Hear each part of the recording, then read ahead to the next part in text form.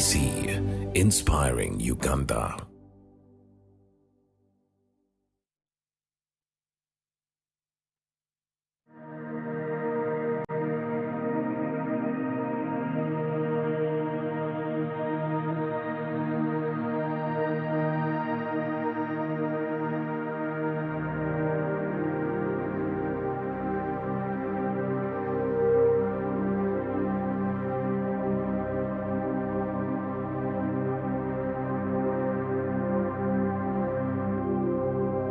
Good evening, viewers. My name is Gertrude Nachigude. I'm the Chief Executive Officer of Uganda Women's Cancer Support Organization. I'm a breast cancer survivor for 20 years. I sit on the board of directors of Uganda Cancer Institute as a patient representative. I'm here today to share with you the journey of Uganda Women's Cancer Support Organization, WOCASO. WOCASO started way back in 2004 when 5 survivors, after experiencing difficulties in accessing cancer treatment in Uganda, came together to start this organization. And these members started supporting each other with an aim of supporting the other patients who are receiving the treatment at Uganda Cancer Institute and elsewhere. WOCASO is an organization of survivors across the country, women who have survived cancer, and any other people who are passionate about cancer.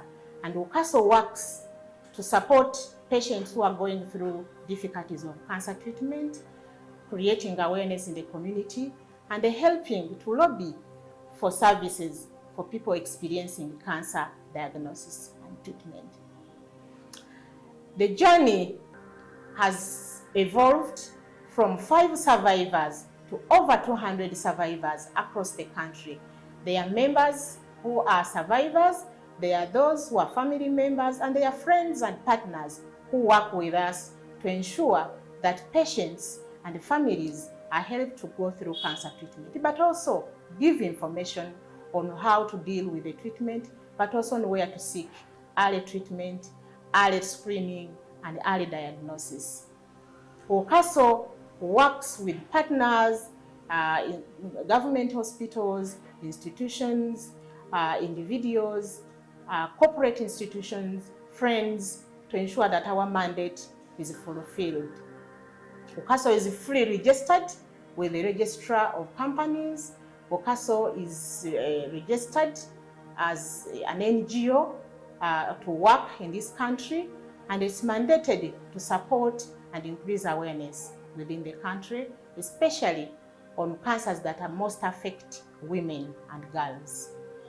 WOCASO has a membership of survivors and or associate members. Anyone who feels and is passionate about cancer is free to join the organization.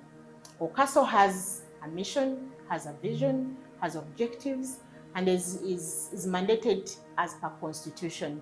Our vision is to all women in Uganda free from the cancer burden. And our mission is to fight cancer in Uganda by empowering women at risk and all those who are living with the cancer and their families and the communities through the provision of appropriate and evidence-based information, supportive care, and advocacy. And to pursue this mission, we ensure that we mobilize communities, we reach out to corporate institutions, and we work with partners to ensure that our mission is fulfilled.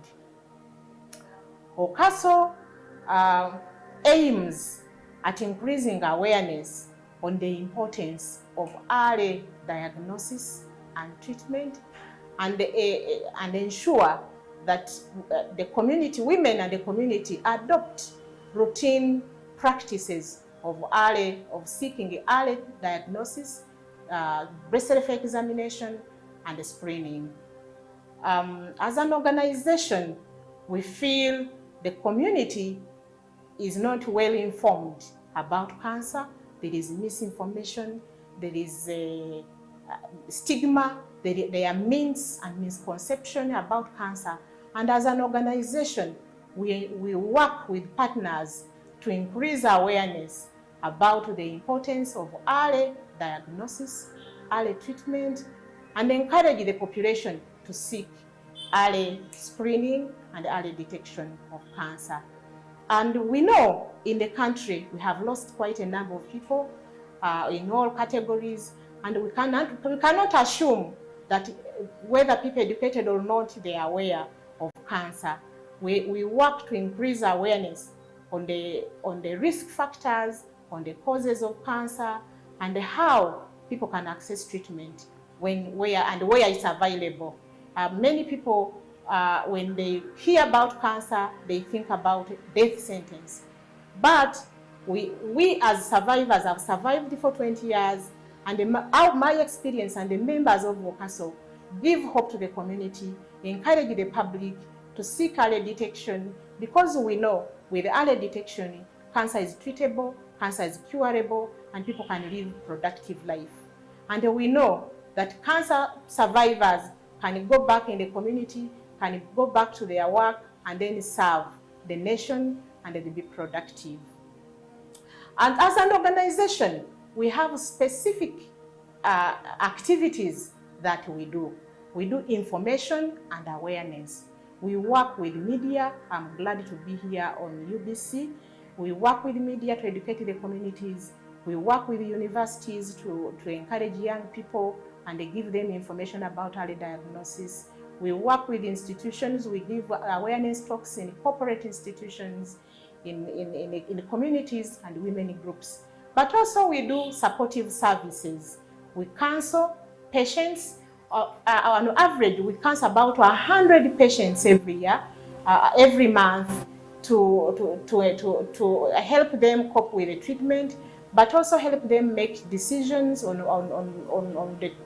treatment and where to go for treatment and how long the treatment will go for them. We also do home visits in the communities.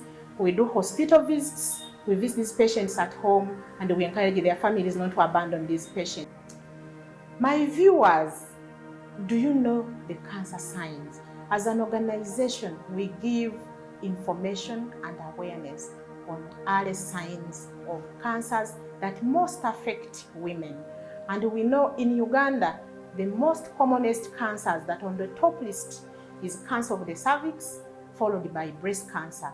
And these two cancers rank 28% of all the cancers that we have in this country. And the majority of these cancers kill our people.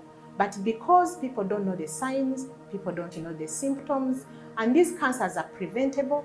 Cancer of the cervix is prevented by an HPV vaccine for the young people, which the government launched 5 years ago, which is free and available. Women above the age of 25 are all eligible to cancer screening every year, and these services are available everywhere for the women to access them, are launched by the government of Uganda. Breast cancer #2 is one of the biggest killer, which I survived 20 years ago, and now I'm living with one breast, but my life is quality. This cancer is treatable and curable because of early diagnosis. I survived because I noticed a small lump in my breast, which I took it to the doctor, removed, had all the treatments within our Uganda Cancer Institute, and I survived. And in our information and awareness, we encourage women to seek early screening, not to wait for symptoms. Because most of the times, cancer doesn't show symptoms, but we have it, and the services are available. So in our community engagements, we encourage women to take the families to take their young girls for NHPV vaccination, but also we encourage all women who are sexually active to seek screening services in all government hospitals, and these services are free. Do you know that cancer is treatable and survivable? Our organization has over 200 survivors across the country. Some of them are corporate women, some of them are rural women, and we're a network of survivors trying to engage and educate the communities wherever we are to support the community understand cancer as a disease. Cancer patients need your support, and as an organization, we do supportive services. We do community outreaches, visiting patients in their homes, in their families, to encourage them to complete treatment. Cancer treatment is a long-term treatment, ranges from 1 year to 5 years. And most of the time, people are not aware that cancer treatment is a long-term treatment. So before a patient starts a treatment, we engage them, we help them understand their journey, and then plan accordingly to ensure that cancer treatment is received in full. There are several types of treatment, and these people who are undergoing cancer treatment, the family and the members need the care and the support of the patients and then the survivors. My viewers, as an organization, we have had achievements. We cannot say for the 15 years we have been working as an organization. We have, from an organization of 5 survivors, we have over 200 survivors, productive, well, with living their lives back to normal, serving the nation and doing their jobs effectively. I've survived the 20 years, but we have a lot of survivors, some 20 years, 10 years, 15 years, and many more are surviving. And this is an encouragement to many patients who are undergoing cancer treatment. We have been able to register this organization with an NGO board, and we operate within the laws of Uganda. We work with partners. We have established strong partnerships, because with cancer, you cannot do it alone.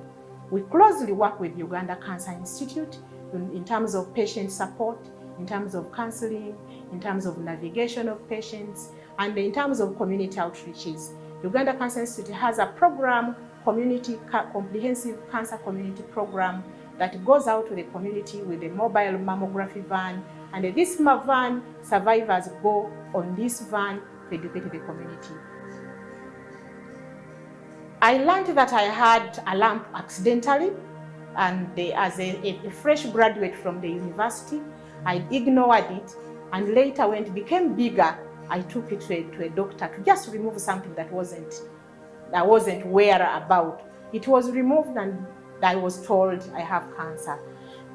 I survived because I obeyed all the instructions of the doctors. I was recommended to have my breast off, breast mastectomy. I had my breast removed. I had chemotherapy. I had radiation. I had hormonal therapy, and all these treatments are available in Uganda. The government has invested, and Uganda Cancer Institute is an autonomous institution providing these services free. I received all these treatments from Uganda Cancer Institute, and many more patients received them. And the treatment took me about 5 years. But self-care is very important. Support of the family and friends, support of my employer was very key, because my employer gave me leave to continue with the treatment. My family supported me in terms of finance. We see a lot of patients abandoned in the corridors of hospitals, because families think once you have cancer, you cannot survive, and people cannot keep spending on the cancer patient. So they abandon them. They think cancer is treated like malaria. You get 2 doses and you stop. Cancer treatment takes time. Cancer treatment is a process, and I encourage all the people who have patients to ensure that you support them, you help them through the process, so that these patients complete their treatments and they'll be able to survive. Of course, as an organization, we cannot be without challenges. This has been a challenging journey, an innovative journey, and we have learned a lot from this journey. Among the challenges, the biggest challenge we have is stigma.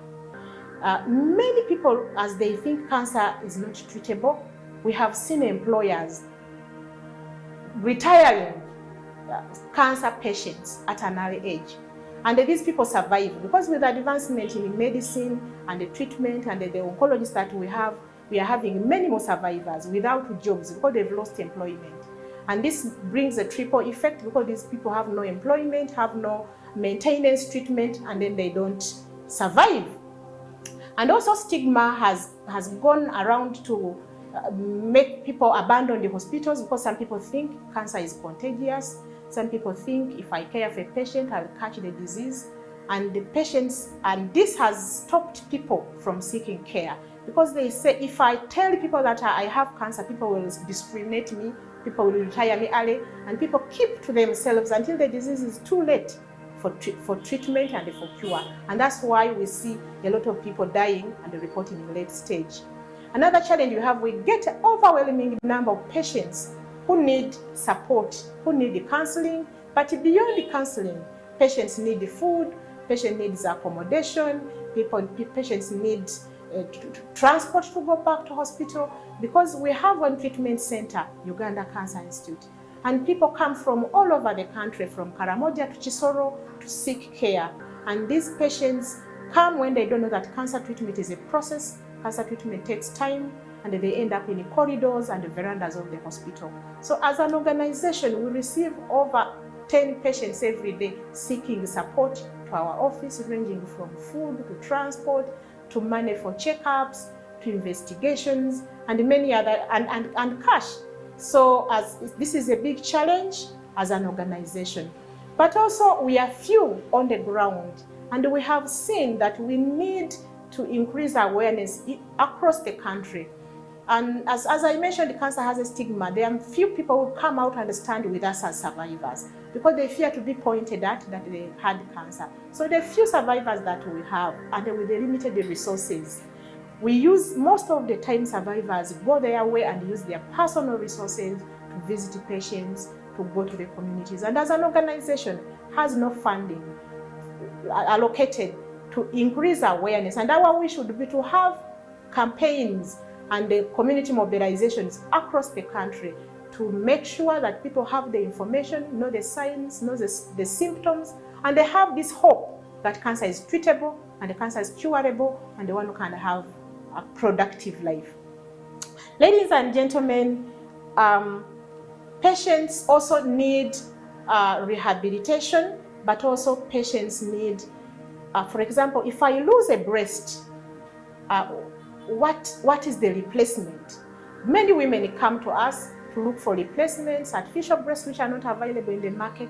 But as an organization, we encourage women to use available materials, pieces of cloth, to ensure, and this affects their stigma, affects their well-being, affects their self-esteem, and even that affects them to go back to work. And this also limits them from seeking care because they don't know what will happen after cancer treatment. And we, as an organization, it is also challenging. We need to go and educate the community, but we need accurate statistics and data. There is limited information on how many patients are, how many people are affected, the types of cancers, because we have a cancer registry only recording people in Kampala. How about those who are outside the Kampala? They are not recorded. But we're just bombarded with numbers, and we feel it's a challenge for us to adequately educate the community, engage government to support and provide the resources when we don't have accurate information. As an organization, we have big dreams, we have aspirations. We want this organization to be a national organization with the offices in every district, because we know cancer is everywhere in the country, and our membership is in all the districts of Uganda. So our aspiration is to have this organization in every district, increase awareness, work with the local leaders and the communities to ensure that our services reach the people wherever they are. But also it's our aspiration to build a home of hope, a rehabilitation home. We feel these patients who seek care, but also those who seek rehabilitation services beyond the cancer treatment. As, for example, myself, when I need supportive services, I don't know whether to go to my surgeon, I don't know whether to go to the oncologist, I don't know whether when I need an artificial breast, whom do I go to? So we have a dream to have a home of hope for rehabilitating cancer survivors, patients, their families, and we get a lot of families, especially the children who are orphaned by the mothers and the fathers. Cancer is in young people in Uganda, and we have a lot of young children coming to us seeking for support for education, because they can't continue to education when they've lost patients and we don't have this program. So these rehabilitation services will also help to support the patients, their families, especially the children and their loved ones. October is Breast Cancer Awareness Month, and it's celebrated globally. As an organization, we are out there to ensure that at least women are aware breast cancer is with us, breast cancer is treatable, breast cancer is curable, and you can live quality life. And we can only do this when we dedicate a month. Each month has a cancer that is clearly dedicated, but October is dedicated to breast cancer and to emphasize the importance of early diagnosis, early treatment. And among the activities that we have tried, we have planned, we have a dance out on 4th of November to wind up the month, to climax the month, to ensure that people come and join us, but not as a dance, but also it's a dance workout, but also an indication and an emphasis that cancer can be prevented through physical activity. And also increase awareness, share survivor stories. People have not seen survivors. People will say you are not a survivor, but you come on the Zumba dance workout on the 4th of November to see the survivors, but also to re-echo the message that cancer prevention can be achieved through physical activity. I appeal to government. We have worked with government institutions. We work closely with the Ministry of Health for health promotion, especially during the vaccination and to promote HPV vaccination. But we appeal to be considered as a budget vote to support community mobilization, health promotion, and also support and also build a rehabilitation service or a rehabilitation home for those who are surviving cancer and live beyond cancer. But also partners, individuals. I think every person has a role to do, has something to contribute to this nation. If you cannot create awareness, at least support those who create awareness. Donate. You can donate. You can support patients. We mentioned that patients need love. At least visit a patient in your community, or go to Cancer Institute and donate food, or donate a vehicle, or donate something. But at individual level, you can make a commitment at institutional level, at national level, and at family level. We have seen families supporting us. We want also to encourage media like UBC to invite us, because we know media reach a lot of people. Many people are reached with the radio and TV, and these messages reach because when we have programs on radio or TV, we get a feedback. We get overwhelmed with numbers, we get overwhelmed with the people who want to confirm that actually the survivors exist, but also to allay their fears that cancer is treatable and is curable. I want also to, in a special way, to thank all our partners. Those we have worked with, local, international.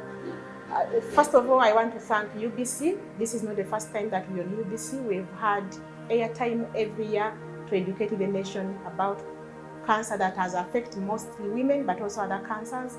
But also even the show today to ensure that we give our journey as an organization and how it has helped the nation and the population and how it can help more and how we can amplify our voices. I want to thank the Ministry of Health.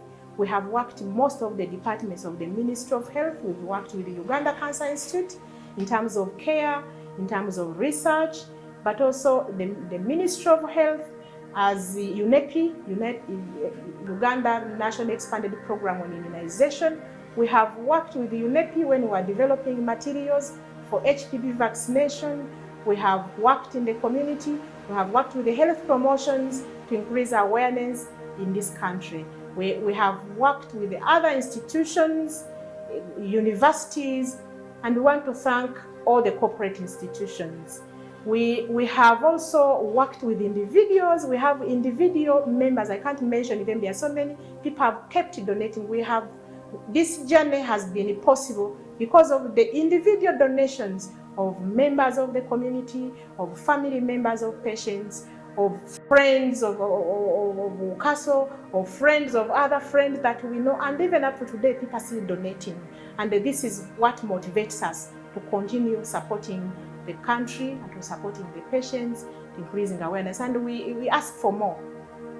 We want to thank members of the Cancer Fraternity. They are members, there are other organizations under the Uganda Cancer Society whom we work with, because we can't do this alone. We can't have all these achievements alone. We work with Uganda Cancer Society and its members to do screening, to increase awareness in the community, to provide accommodation for patients, and we're really grateful to each and every partner that has extended a hand. And lastly, not least, I want to thank the government and the Minister of Health for appointing me as a board of directors of Uganda Cancer Institute to represent cancer patients. That is very key. Not many countries have a patient representative on a decision-making table, and I ably put the matters of patients, but the matters of the community at the table, and they discussed at length. I'm grateful.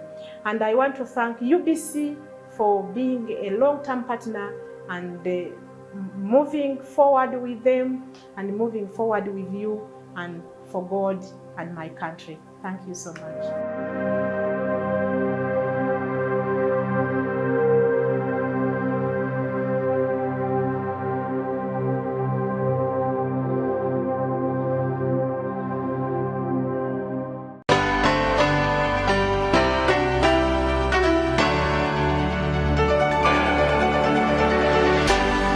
UBC, inspiring Uganda.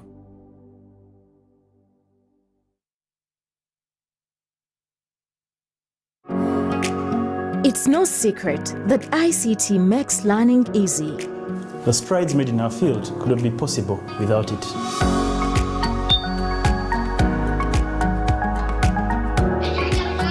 And now we can watch our favorite show. My radio is my best friend. UCC provides an enabling regulatory environment and policy guidance for healthy competition. We also facilitate ease of doing business in the communications sector through licensing, standardization, spectrum management, tariff regulation, rural communication development, and consumer empowerment. An informed consumer is an empowered consumer. UCC supports local content and innovations,